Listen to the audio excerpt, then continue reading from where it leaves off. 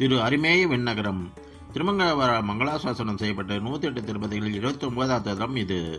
மூலவர் குடமாடு கூத்தன், உற்சவர் கோபாலன், தாயார் அமிர்தகடவள்ளி தாயார், கிழக்கு நோக்கி அமர்ந்த திருக்கோலம்,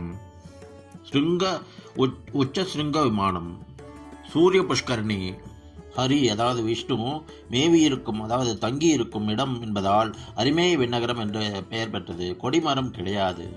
பத்ம புராணத்தில் அகத்திய மாமுனிவர் உபஸ்ரவஸ் என்றவருக்கு இந்த தலத்தின் பெருமையை கூறுவதாக கூறப்பட்டுள்ளது.